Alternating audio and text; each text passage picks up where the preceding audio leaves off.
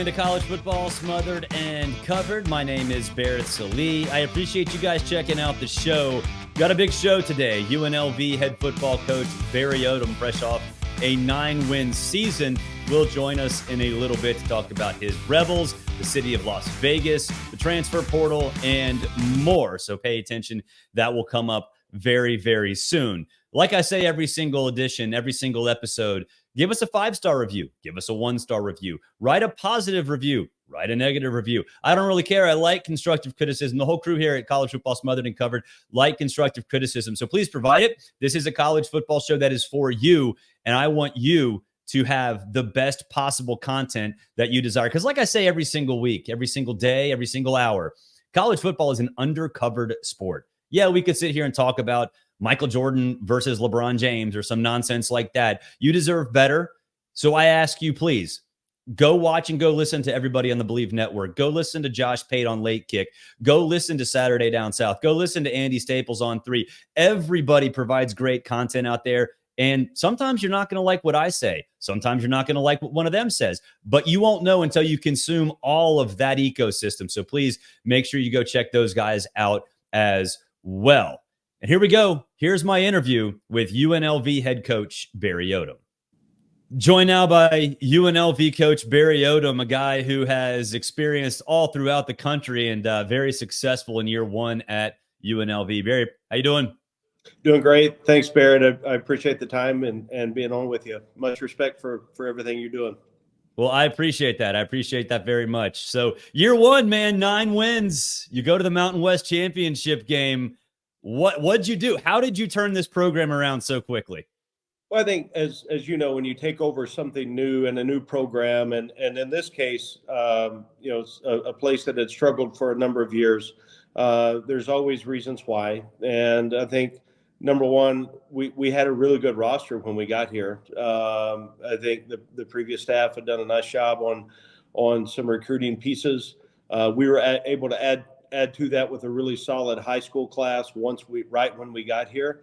And then we were able to add some guys, some transfer-wise, that became impact players for us. And really, I think our coaches did a tremendous job. Our assistant coaches did a great job on getting us better every single week. But Barrett, I'm telling you, the way that our kids, the way that our team approached every single week, the way that they worked, really everything that we put out in front of them, program, philosophy, they were hungry for it. They thrived in the structure.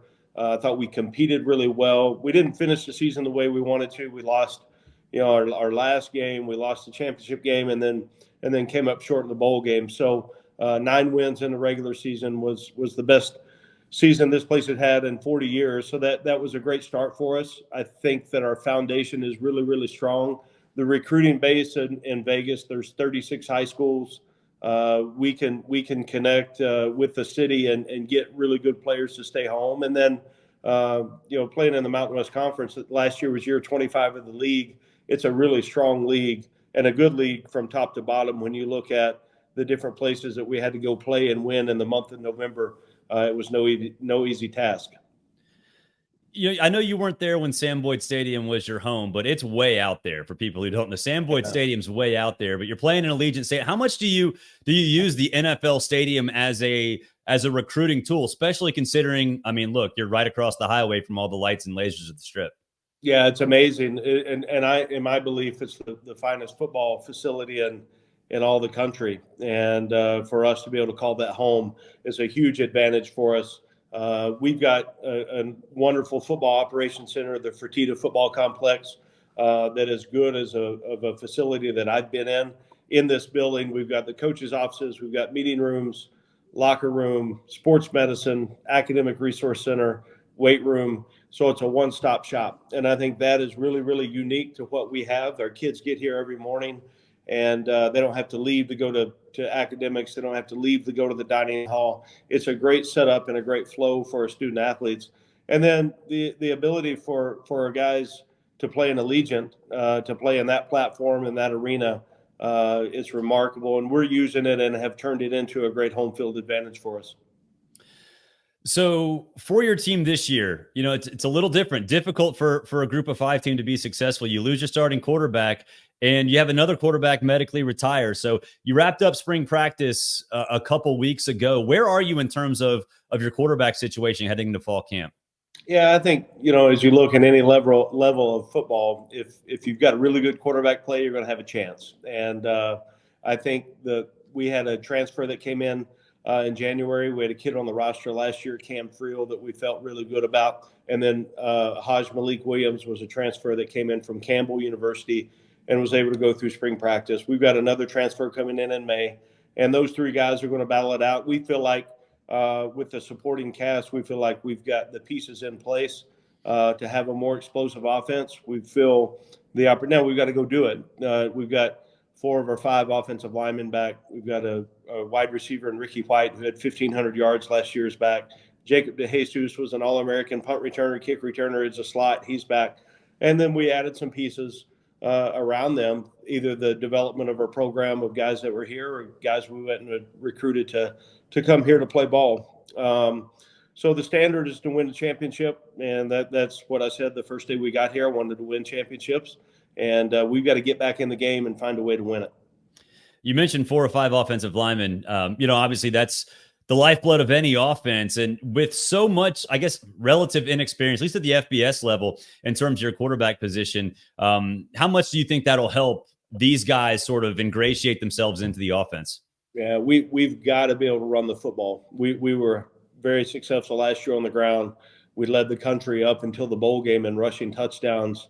But that's going to be a hallmark of what we have to do that. And that doesn't mean line up and run the power 25 times a game, but we've got to be able to establish and run the ball. We've got to be able to control the line of scrimmage on both sides of the ball. And if we do that, then offensively, we've got a chance to be really explosive, because I think we've got a chance, Barrett, if we can run the ball, we've got the pieces in place, not only at the quarterback spot, but on the outside, that we can really stretch the field vertically. And I don't feel like we did that as well as we could have last year.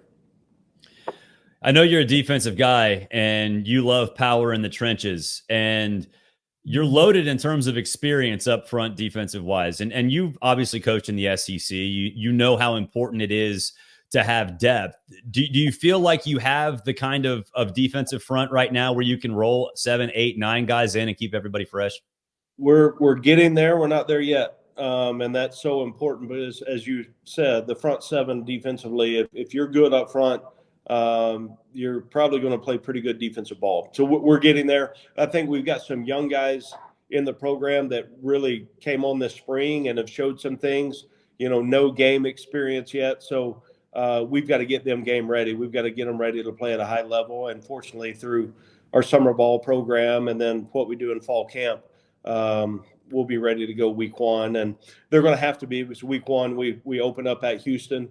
Obviously, in the Big 12 Conference, week 3, we go to Kansas. So I feel like we're playing a little Big 12 flavor of the schedule this year. So we've got to be ready early to play winning ball. The transfer portal goes both ways, obviously. And Tony Grimes, a guy who has plenty of experience at the Power 5 level, 5-star prospect coming in, goes to North Carolina, goes to Texas A&M, now is with you in Las Vegas. What do you expect from him in terms of not only success on the field, but also from a leadership standpoint? Yeah, I think his experience has really helped us. He had a good spring. He's a long player that got tremendous speed, good football IQ, and more than anything, I think guys have looked, because he's been in the arena and has made plays, that he's got an opportunity to help us early on. Malik Chavis, a transfer from Arkansas, the same way. Jalen Catalon, a transfer from the University of Texas, who I coached before at Arkansas. Mm-hmm. Those 3 guys will make immediate impacts for us. And then John O'Baldwin comes back, that had a really good year last year for us. Another year in the system and the scheme. Those guys communicated at a high level. They had a good spring, and understanding that we can do things a little bit differently when they're playing the way that they can, the way they need to, for us to play good defensive ball. You mentioned Catalon, and I mean, obviously you've been in the SEC. You know these guys, right? Like you've been around a lot of these guys for a long time. Do you find it that not just last season's success, but just relationships with you in general have helped you? So I wouldn't say rebuild that defense, but really provide the depth and the talent that you need to succeed. I think so. I mean, I'm in the business and have been for a long time, and the core principle for me is relationship building, and that's with coaching staff members. That's with the opportunity to recruit student athletes, and then for me to help them have a platform to be successful. And those things that if you do things right, you're open and you're honest, and you treat people the right way, fortune's going to come back around. And we all learn from our experiences. I'm a heck of a lot better coach today than I was when I got the Missouri job or when I was at Memphis. Or we all learn from our experiences and you apply them at your next opportunity. So I think this is a little bit that for me, and then also for the guys that have transferred here. They've got an understanding of who I am, what they're going to get every single day, and then the opportunity to play in a program where they can be themselves. The culture is strong, and we got a chance to be a really good football team. So the portal window is open, and I really appreciate you taking the time to speak with me during the portal window because I know it's a busy time for you guys. Is there somebody in your complex right now hitting refresh over and over again on a computer to see if anybody jumps in? You know it better than everybody. The portal is the worst thing in the world, and then when you get somebody, it's the best thing in the world, right? So there's give and take, and I whether you like it or don't, traditional thinking or not, whatever it is, it's here and it's here to stay. So we're going to use it very aggressively. We're going to be a high school recruiting team and program, but if we have guys that leave that are older in the program, it's our charge as a coaching staff is we're going to find a way to upgrade, and we're going to go get guys that fit, want to be here, and can help us play winning ball.